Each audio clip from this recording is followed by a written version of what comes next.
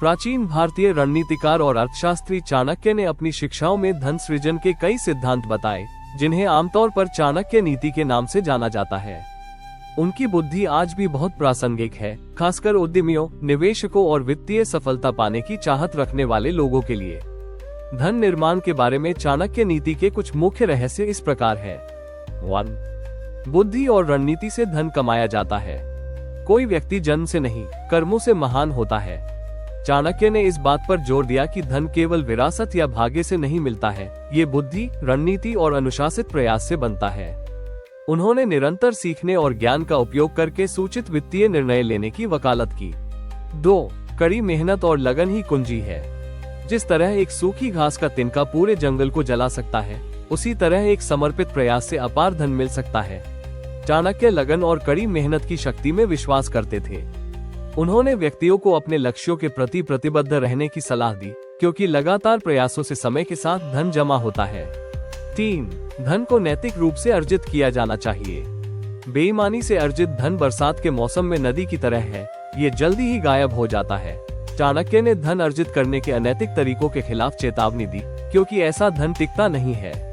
स्थायी धन ईमानदारी, नैतिकता और मूल्य सृजन से आता है। 4. धन का विविधीकरण। अपनी सारी संपत्ति एक जगह पर न रखें, इसे अलग अलग रास्तों में बांटें। वित्तीय विविधीकरण के शुरुआती अधिवक्ताओं में से एक, चाणक्य ने सभी संसाधनों को एक ही निवेश में लगाने के खिलाफ सलाह दी। विभिन्न उपक्रमों में संपत्ति फैलाना वित्तीय स्थिरता और जोखिम प्रबंधन सुनिश्चित करता है।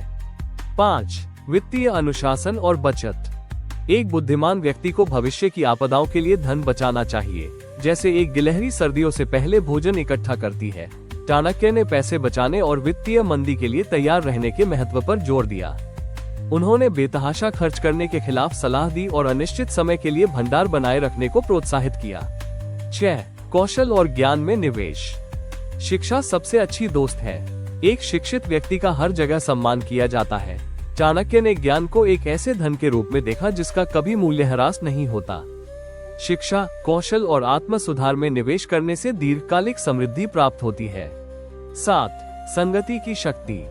बुद्धिमान और धनी व्यक्तियों की संगति करें, क्योंकि उनका प्रभाव आपको सफलता की ओर ले जाएगा। हम जिन लोगों से घिरे रहते हैं, वे हमारी वित्तीय मानसिकता को आकार देते हैं। चाणक्य ने वित्तीय रूप से सीखने और बढ़ने के लिए जानकार और सफल व्यक्तियों के साथ जुड़ने की सलाह दी। 8. व्यापार और व्यापार में रणनीतिक सोच। जो व्यक्ति दीर्घकालिक योजना नहीं बना सकता, उसे हार का सामना करना पड़ेगा। चाणक्य एक कुशल रणनीतिकार थे, जिन्होंने व्यापार में सावधानी पूर्वक योजना बनाने, जोखिम मूल्यांकन और दीर्घकालिक दृष्टि की वकालत की। उन्होंने आवेगपूर्ण निर्णयों के बजाय सोच समझकर कदम उठाने को प्रोत्साहित किया। 9. दान। धन को जमा करके नहीं रखना चाहिए, इसका उपयोग अधिक से अधिक अच्छे के लिए किया जाना चाहिए। चाणक्य ने उदारता और सामाजिक जिम्मेदारी के महत्व पर जोर दिया। दान देने से न केवल समाज को मदद मिलती है, बल्कि सद्भावना और दीर्घकालिक समृद्धि भी सुनिश्चित होती है। अंतिम विचार। चाणक्य की बुद्धि सिखाती है कि धन का मतलब सिर्फ पैसा जमा करना नहीं है, बल्कि इसे बुद्धिमानी से प्रबंधित करना, नैतिक रूप से बढ़ाना और इसे किसी बड़े उद्देश्य के लिए इस्तेमाल करना है। आज की दुनिया में इन सिद्धांतों को लागू करने से वित्तीय स्वतंत्रता और दीर्घकालिक सफलता मिल सकती है।